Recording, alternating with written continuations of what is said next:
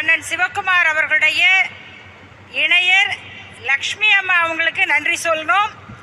ஏன்னா பெண்கள் அனுமதிக்கலைன்னா ஆண்களால் நல்ல காரியம் பண்ணவே முடியாது. முடியுமா? யாராவது சொல்லுங்க, முடியுமா?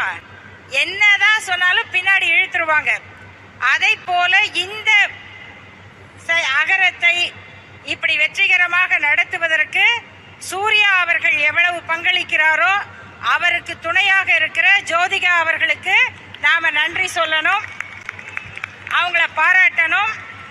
பெரியவங்க பல நேரம் நல்லவர்களை பார்த்து சொல்லும் போது நீங்க நல்லா இருக்கணும் அப்படின்னு சொல்லுவாங்க.